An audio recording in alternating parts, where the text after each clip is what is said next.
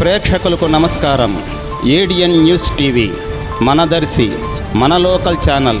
ADN news TV ప్రేక్షకులకు నమస్కారం. వార్తలు చదువుతుంది మీ ప్రసన్నారాం.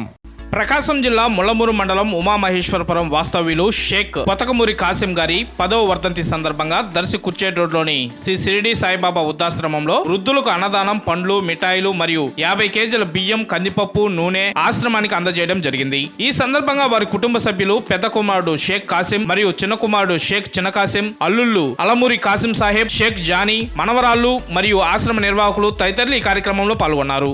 ఆశ్రమనకు అందజేయడం జరిగింది.